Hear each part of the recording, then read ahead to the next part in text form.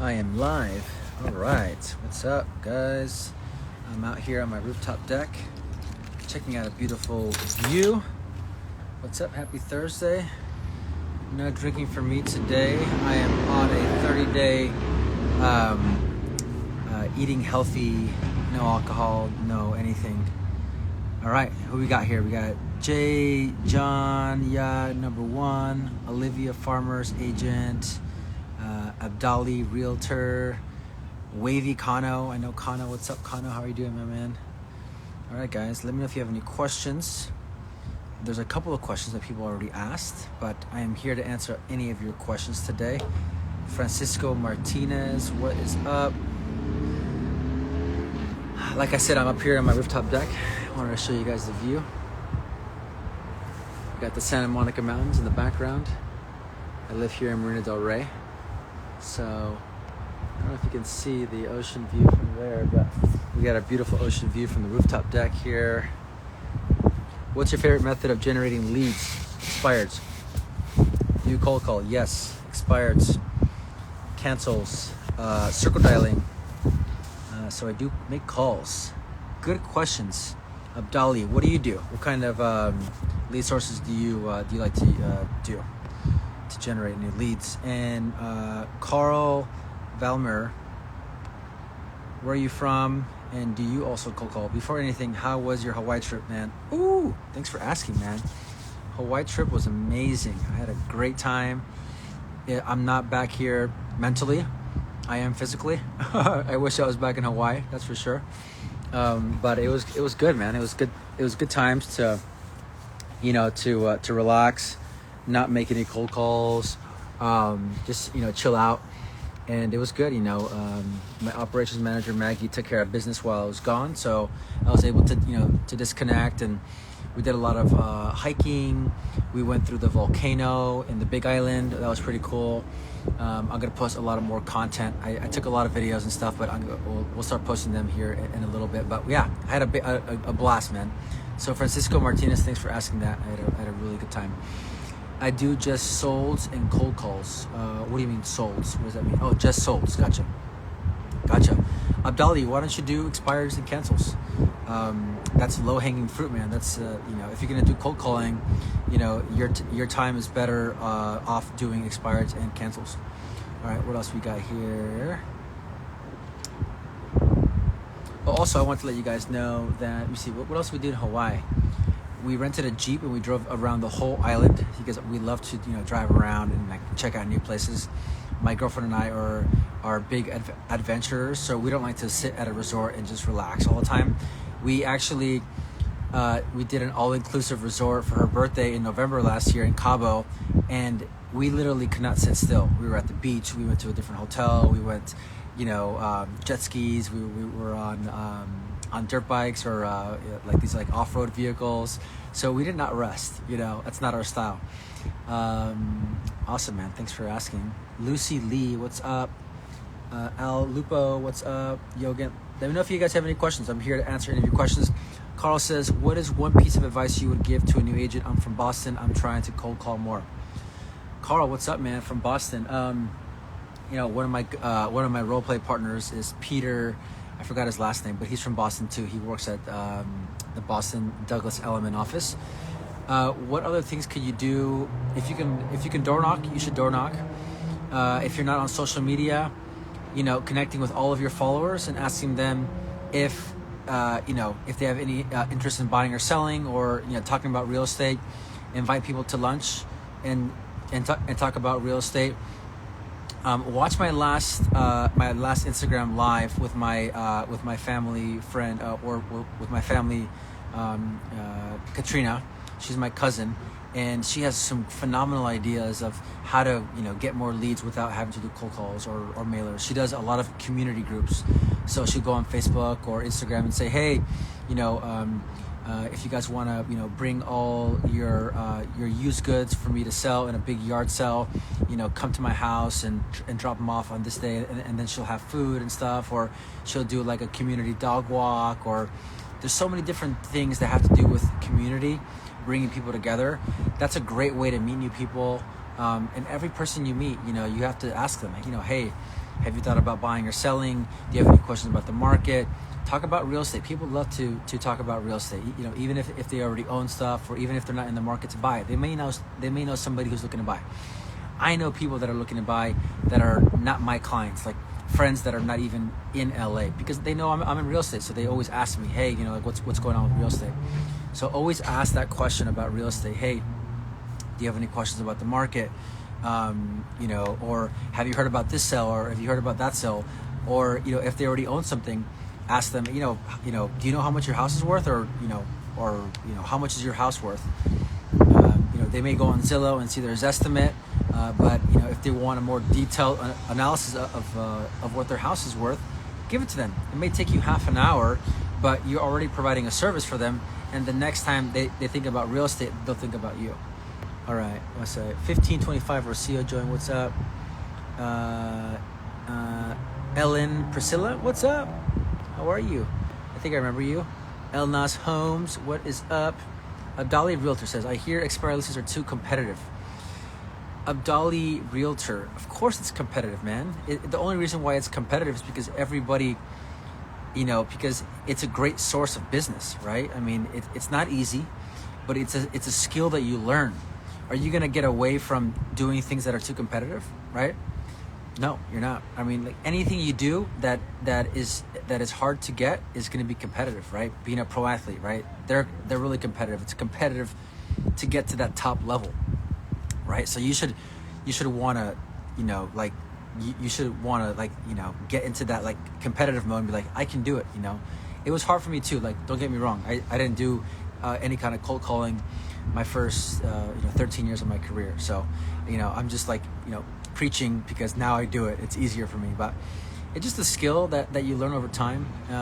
But it's low-hanging fruit. It's the easiest. If you want to get quick listings and you're good at calls, or, you know, over time you get better and better, then that's the best way to do it, is expires and cancels. All right. Yeah, the session with Katrina was great. I agree. She's amazing. I mean, she started real estate, 5-6 years ago. Now she's selling $30, $35, $40 million worth of real estate, making, you know, over $500,000 in commissions a year. That's amazing. What form of marketing do you normally do that's not too expensive? What form of marketing? I mean, the easiest form of marketing that's not too expensive is social media, for sure, 100%. It's free. You have LinkedIn, Facebook, Instagram. There's the new app called Clubhouse, which I haven't used, which I think I might, you know, get into at some point. But there's so many easy ways to get your name out there. So Facebook would be an easy way to like start a group or join a group of people looking to buy houses or investors or whatnot, right? Anything that has to do with like mailing is expensive. And the only way mailing works is if you're consistent. You're doing it once or twice a month, right? For at least 6 months. Otherwise, it's not going to work. So I would do the most, you know, cost effective is for sure is calling. After that, social media. All right. I love Los Angeles. Thanks, Lucy. You want to see a view of what I'm looking at? The Santa Monica Mountains. And then on this side, we have the Pacific Ocean on this side. Yeah, it's quite a view.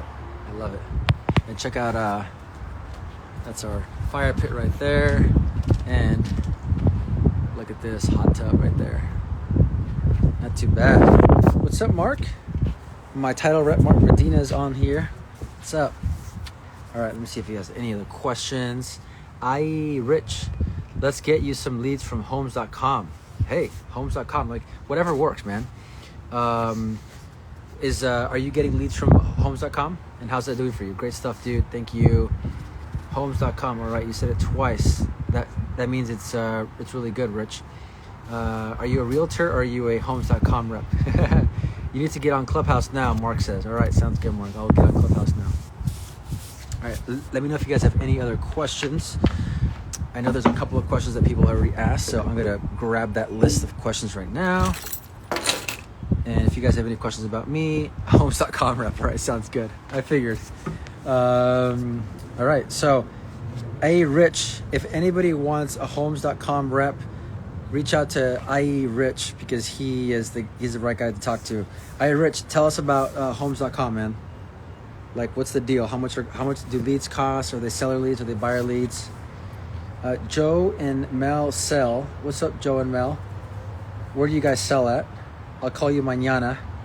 All right, sounds good. All right, let me see if there's any questions here. We got 6 people on here live. What's going on? I'm in Marina Del Rey in Los Angeles. And I am in my relaxed attire, as you can see. Enjoying this beautiful day.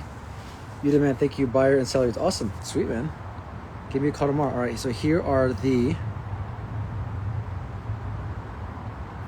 questions that I got from earlier when I posted.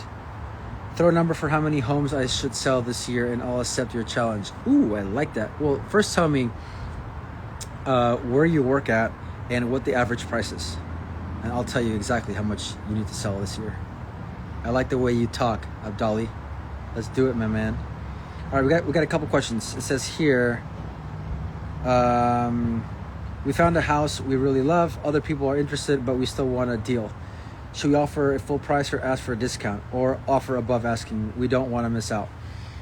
All right, so I get this question from a lot of buyers out there that, you know, they're always looking for a deal. Everybody wants a deal, first off. So whenever a buyer asks me, hey, I want a good deal, I say, everybody asks me the same question, you know. Obviously, I'm a lot more compassionate about it, but for the most part, you know, I think every buyer I meet wants to get a good deal. And obviously, I mean, I want to get a good deal too. Everybody wants to get a good deal.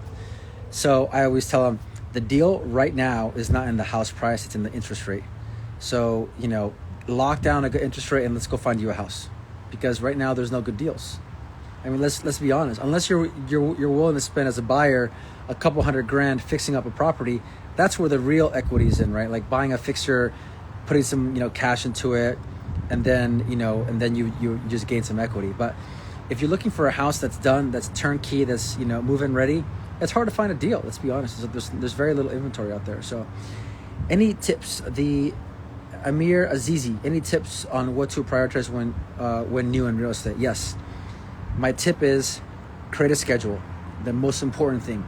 I have a schedule. If you look at my calendar, from 4:45 in the morning until 5 p.m. or 5:30 or 6 p.m., I have things in my schedule. So 4:45, I wake up. 5, I'm out of bed. 5:10, I'm working out. 6 o'clock, I shower. 6:10, I'm reading for half an hour. So 6:40, I'm meditating. 6:50, I'm journaling. 7 o'clock, I role play for half an hour. After that, I'm checking emails, organizing for the day. So from 5 o'clock in the morning, basically, until 8 o'clock, I am freaking busy doing a bunch of stuff. So after 8 o'clock to 8:30 is my my morning meeting with my assistant for half an hour. Usually half an hour, 45 minutes. After that, I get on my calls for 3 hours straight. 8:45 to 11:45 or noon, I try to make calls for that whole time. I have an assistant, so I can do that. If you don't have an assistant, that's okay. Make your call. If you're not having an assistant and you're new to real estate, you're probably not busy. So block time for calls every single morning. Put it on your calendar. That's the only thing you're doing. Don't book any appointments. Don't book any showings. None of that. Make your calls from 8:30 to 11:30. 3 hours straight. It's not easy, but if you do that, I guarantee you'll be successful. If you're calling your sphere of influence, expireds, cancels, circle dialing, follow-up calls, 3 hours a day, you will make $1 million in a couple years, guaranteed. All right, what's up? Let's see here. The Amir Azizi, let me know if that was good. If you have any questions about what I just said. All right, so Abdali says, Greater Toronto Area, Canada, average home price is 1.3 mil. Nice, man. All right, so I want you to do at least 20 deals, 20 units. That'll get you close to 30 million bucks, close to $1 million a year. Can you do that? Abdali Realtor, can you do 20 deals a year? I've never done 20 deals a year. I closed, I think, 10 deals last year, but you know, I had a couple of big deals, so I closed a little bit over 33 million. This year, I want to close $52 million. It's a lot. It's a big stretch from where I'm at now. I'm a little bit behind on my schedule. I've only closed 2 deals. I've only made 50 grand this year, and I got another 100 grand right now in escrow and commissions. But my goal is to make 100 grand every single month or around that in commission. So that's a big goal. I know it's a big goal, but I'm shooting for the stars here. So Abdali, 20 units by the end of the year. Let me know if that's doable. All right, we got Haroon Ashal. What's up? How are you? Sorry if I'm really bad with names. I am really bad, especially when I cold call and there's a name I don't know. It's like, oh, I gotta think about how to say their name in 2 seconds when I'm cold calling. Charlie Cantu, what's up, my man? Jamie Richie Rich, what's up? The Amir Azizi, busy schedule, but motivates me to challenge myself to create what type of person I should be. Yeah, 100%, man. Like just put it in your calendar. If you put it in your calendar and you stick to your calendar, then you'll get it done. It's not easy. Trust me. Like when I put that shit on my calendar, I was like, holy crap, that's a lot of things to do. I'll be tired by the end of the day, but I'm tired, but I'm also motivated that I'm creating value. I'm creating a lot of leads. So it's all good, man. Anyway, I want to show you guys the view for the new people that are on here. What's up? All right, here. Let's see here. Haroon just answered my question. All right, cool. Sounds good. Thank you to the Amir Azizi. Uriel Artiaga, what's up? How are you? Man, I'm going to try. I keep updating. I'll keep you updated. Already done one. All right, good. Perfect. I've already done 2 deals this year. I got 2 in escrow, so I'm going to have 4 by the end of the next month. By the end of this month. I don't do a ton of deals. My goal is to do around 20 to 24 deals, which will hopefully get me over $50 million. I'm counting on a few big deals, like a $5 million sale of my new listing in Encino for $6 million. I got a new listing in San Marino for $6 million too. So those big deals will help me out for sure. El Gutierrez, I think it's something Gutierrez. Carl Valmer, what is your daily routine? Well, I just told you half my routine, right, in the morning, right? So wake up 4:45. I got my Miracle Morning. That's a great book. Miracle Morning is a short, easy read. It talks about what you can do in the mornings to be very, very productive. So I highly recommend doing that. I have a coach, a business coach through the Tom Ferry organization. And when I went to the summit a couple years ago, before the pandemic, I met with a lot of top agents, and they always said, I do the Miracle Morning. I'm like, what's the Miracle Morning? And they told me, it's a set of things you do in the morning before you start work. And I said, okay, like, what is it? Like, read the book, The Miracle Morning. So read the book, The Miracle Morning. It'll probably take you a week or 2 to read. It's super easy. It's like 150 pages. And it just really tells you what to do in the mornings to prep yourself for the day. I tell you, it will change your entire day. Yes, you'll be a little bit tired around 9 or 10 o'clock from waking up that early, but you'll be a lot more productive. You'll feel good about yourself, and the day will just be so much more powerful, right? Reading, journaling, meditating, exercising, journaling. That's 5. I think there's six things total. Anyway, check out The Miracle Morning. It's a phenomenal book. And then, so Carl, just to kind of continue on that. So Miracle Morning, 5:45 to 8 o'clock in the morning, 8 to 8:30, 8:45. That's my meeting with my assistant for half an hour on Zoom, 45 minutes on Zoom. After that, 3 hours of calls, which I stand up and make my calls. And then after that, I'm exhausted, so I take a short little lunch break if I can. Otherwise, I have appointments the rest of the day. Listing appointments, showing properties, meeting with clients, negotiating contracts, right? So that's the schedule that Tom Ferry always promotes. All of his top agents do the same thing. And it really is the best way to get your day, is to wake up early, do the Miracle Morning, do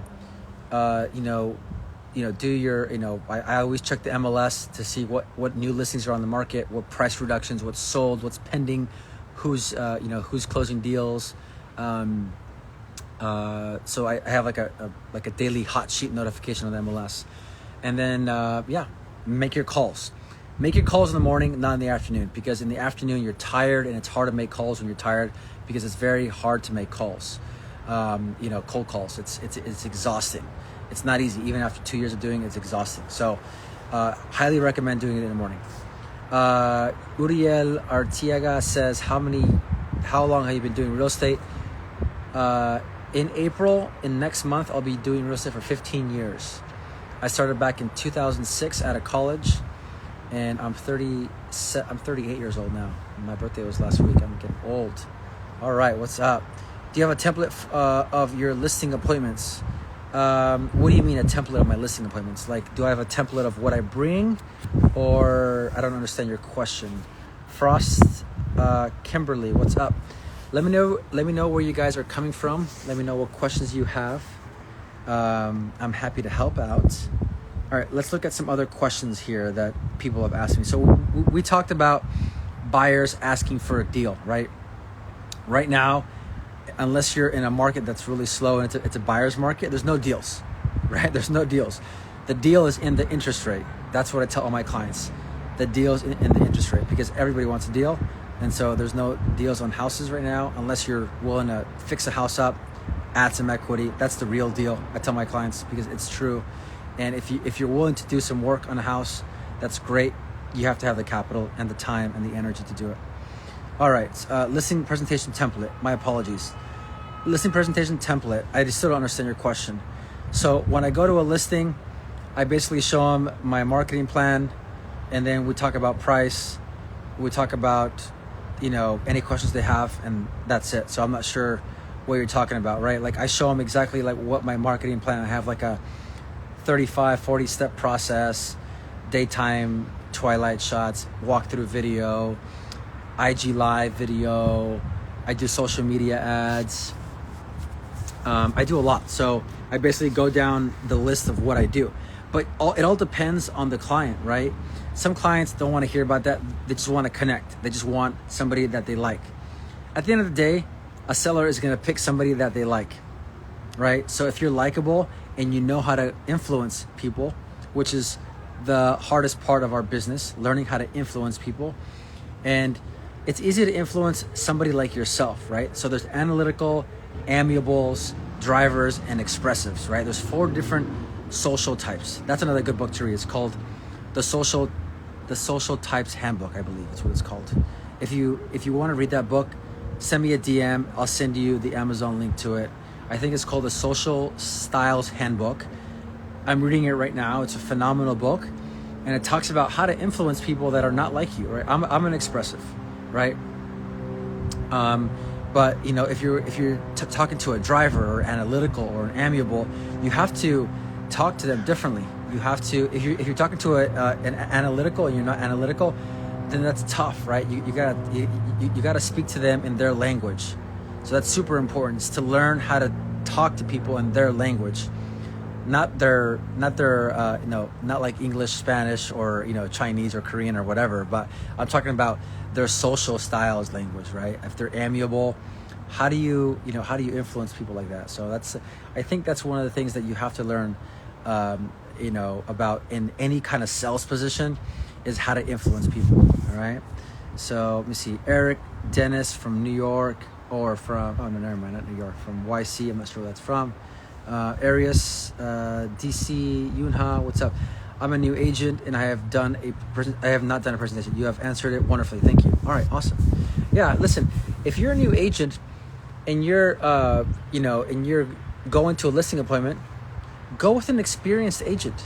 Co-list the property with an experienced agent in your area, right? It's the smartest thing you'll ever do, because you'll learn what they do. So say you have a listing appointment in an area, and you research the area, you find out that this person does a lot of business in the area. Call that agent up, say, hey, I have an opportunity for you. I have a great listing. I have an appointment with the seller, and I want to go there with you because you sell a lot, and I want to leverage your experience to get the listing. And they're probably going to say yes, right? I mean, I got a call today from an agent that wants me to bring her, or wants me to go with her to her listing appointment so I can help her close the deal. I said, absolutely. We'll split the commission, 50-50. We'll split everything, 50-50, marketing, showings, all that stuff. So I will absolutely do that. So if you're a new agent, that's another good thing to do, is if you have a listing appointment, go there with an experienced agent and split it 50-50. All right. Rich Genetics, what's up? All right, guys, let me know if you have any questions. If you're in real estate, if you're a buyer or seller, Central Valley, good stuff. What's up, Charlie? What part of Central Valley are you coming from? And how long have you been selling real estate? All right, let me see some other questions I have over here. All right, as a seller, what is the difference for me if the buyer asks for a credit at the close of escrow, or if they want me to reduce the price? So, if you're a seller and you have a request for repair, that's what we call it here in California.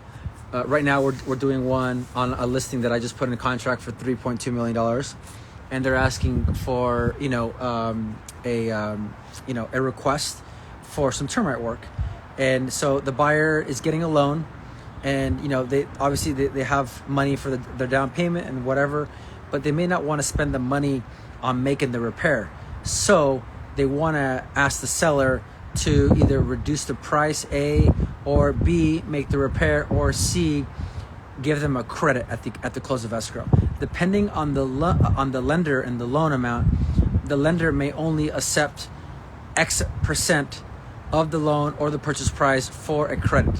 So always, if you're a buyer's agent, always ask the lender, hey, how much can the seller give us back as a credit for repairs, closing costs, whatever it is, and then find out what that is, and then obviously you can do it there.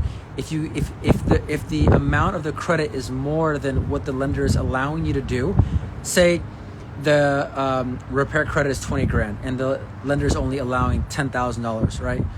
Then you say, all right, well, then we're going to ask the seller for $10,000 in credit, and then we're also going to ask them for a $10,000 price reduction, right? So you can get creative around that. Modesto, 12 years, awesome. How's the market in Modesto? I'm assuming it's on fire because everything in California is great, right? So let me know how you're doing in real estate, man. That's great. 12 years straight owning your own business. There's nothing better than real estate, and there's nothing better than this view right now. Look at that. The sun is going to set in about 10 minutes. Let's see if I have any other questions. Let me know if you guys have any other questions. Otherwise, we're going to wrap up here in about 5 minutes. Let's see here. We want to add value to our home. Is it better to remodel bathrooms, kitchen, or should we do an addition to the house and make it larger? All right, adding value to your house before you sell it. It just all depends on how much work you want to do, right? And the aggravation of doing all that work. What's up, Yulia? So if a seller asks me, hey, Paul, we're looking to sell next year. We want to get the house ready to sell. What do you recommend? And I always ask them, all right, how much do you want to spend? A, B, how much aggravation do you want to go through, right? Because, hey, if you want to add value, the best thing to do to add value is adding square footage, right? Because if you can add square footage for $200 a square foot and the current sales price in the area is going for $800 a square foot, $1,000 a square foot, then you're adding a ton of value. I know not every area is like Los Angeles where we're selling at we're selling at the average of like $800 to $1,000 a square foot nowadays, which is insane. If it's other areas, then painting everything neutral is super important. Changing fixtures is very, very cheap. Painting the cabinets could be cheap. Doing small things that will go a long way. Maybe taking all the heavy drapes off, because heavy drapes always look really bad. What else can you do? I always like taking down all the drapes and adding very, very, sleek or, very, very slim blinds. Carl says, what is one other great book that you have read? My favorite book is, what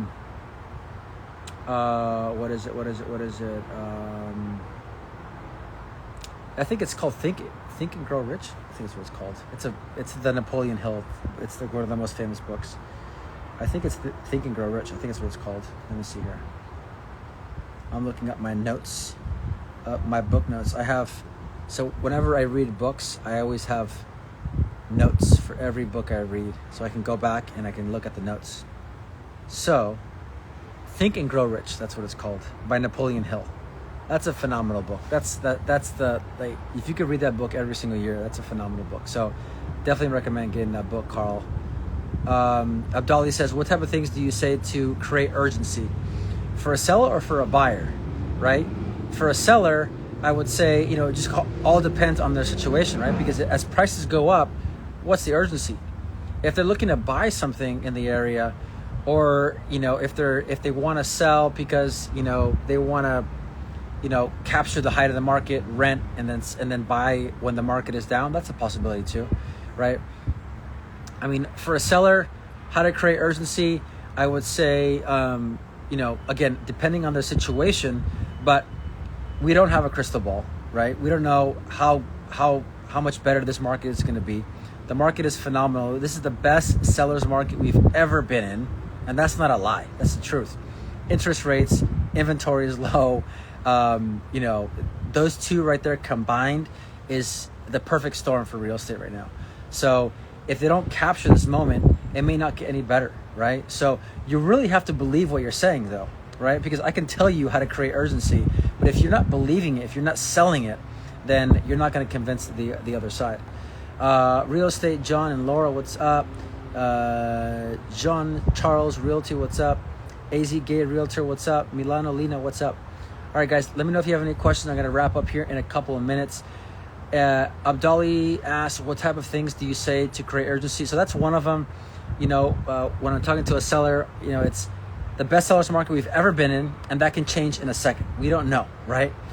With the vaccine coming out, I think more people will start putting their houses on the market. We're talking about baby boomers right now that are not putting their house on the market because they're scared of having people inside their house. And that's the majority of homeowners, or all those baby boomers. They're getting older and they want to sell at some point, right? Once this whole COVID thing gets settled with the vaccine, right? So, once they start putting their house on the market, supply is going to get better, and it'll stabilize prices. So, as a seller, do you want to wait for the baby boomers who are not putting their house on the market right now to put their house on the market? Because if you wait for them to put their house on the market, supply is going to go up, inventory is going to get a little bit higher, which will create more supply. More supply equals, prices are going to stay stable or go lower, right? Just all depends on how much supply there is. All right. If I'm talking to a buyer and I'm trying to create urgency, that's a simple one, right? It's like, if you're a buyer and you want to wait to buy at a better time in the market, then good luck, because interest rates are at all-time lows, right? So again, the deal is in the interest rate. You have to sell the interest rate. That's what you sell, is the interest rate for a buyer. And the fact that this might go on for 2 or 3 years, right? Like, this market is insanely hot, and it can continue to go hot for the next 2 or 3 years. At that point, they may be priced out of the market. And as a buyer, when you buy real estate, you're not buying it as a short-term investment. You're buying it as a long-term investment. Unless you're an investor or you're a savvy buyer that's looking to flip houses or buy a teardown or buy a fixer and add equity and then sell it. But if you're a regular buyer, you're looking at 8 or 10 years living at the house. You're not looking at 4 or 5 years. If you're looking at 4 or 5 years, then maybe buying a house isn't the right deal right now, for you. Rich Genetic says, you said you were on a team for 10 years. What made you leave after such a long period? I think I realized that it was just time for me to go on my own and create my own business. I was just kind of relying on the team leader to bring me leads, and I just wasn't as motivated as I am now, to be honest. I was also, partying a lot, to be honest. I was single, I was traveling a lot. So my business wasn't really my main focus, right? Right now it's my main focus, along with my relationship, all my relationships, right? So yeah, I think being in a serious relationship and not, and my priorities changing is what got me to leave my team and start my own thing.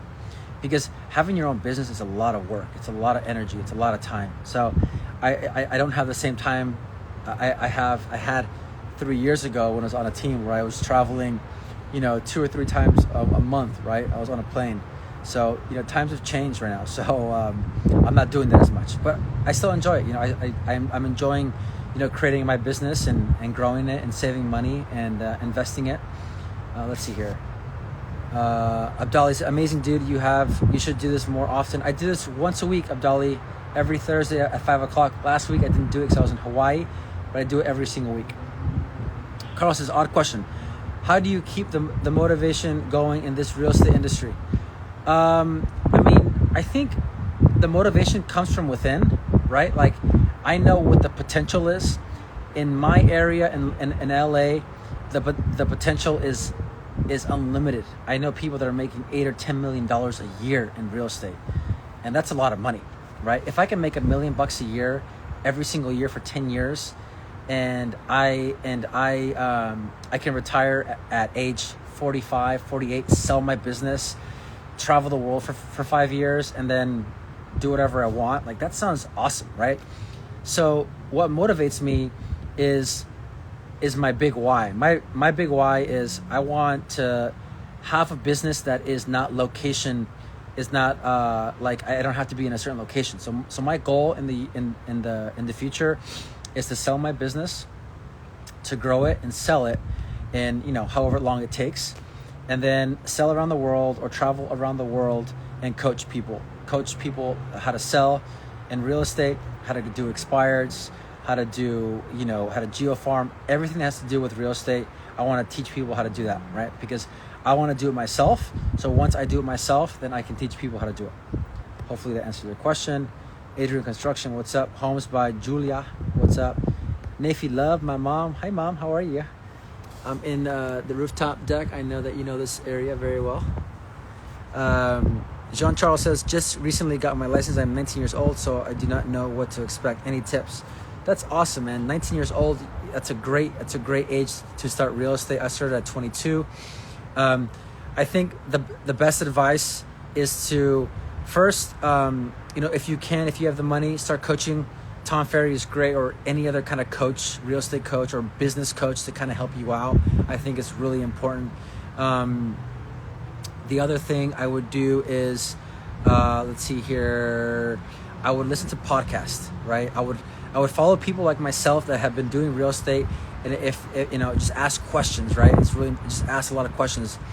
Ask people in your market, top agents in your market. Invite them for lunch. Ask them to go to lunch with you, buy lunch or coffee, and just pick their brain. Ask them questions. What do they do, to get business? The other thing is just prospect, right? As a new agent, you need to prospect. It's the most important thing in any business, any sales business. Then the number one thing to do is to prospect daily. BHHCS Pensino joined. What's up? Berkshire Hathaway, California. I'm not sure where you're coming from. Carl says, perfect. You mentioned Geofarm. What company do you use for Geofarm? When I say Geofarm, I talk about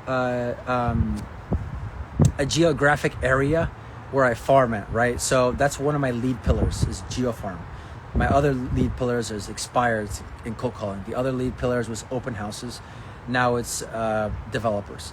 The other Geofarm is my sphere of influence. You need to have at least 4 lead pillars to be successful in your business, right?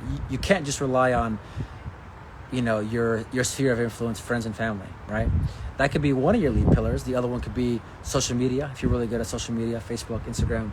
The other one could be your geographic farm. That should be an automatic one, your geographic farm. So what I do is I have a 500 home radius area here in Venice, California, right down the street from here. And that's my farm. I mail to them twice a month. I door knock once a month. And I also cold call. So that's what I do. All right, guys, I have to go. My girlfriend's waiting for me for dinner. I hope you guys have a great rest of your week. Happy Thursday. Hope you enjoyed the IG Live. Let me show you guys a view of the sunset. It's really, really pretty. Hold on. Show you. Let me switch the camera around so you guys can see it. All right.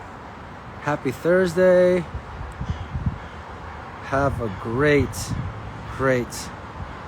Thursday. Enjoy, guys. Always love having you. If you guys have any questions, just send me a DM. you guys want to join me on my expired, canceled cold calls, send me a DM. You can go on my Zoom and you can watch me, do my thing in the mornings. Abdali, no problem. Kano, what's up, my man? No problem. I will see you next week for dropping off flyers. Loads of wealth. Awesome, man. Abdali, no problem. I appreciate all the good wishes, guys. Thank you. Have a good week. See you guys.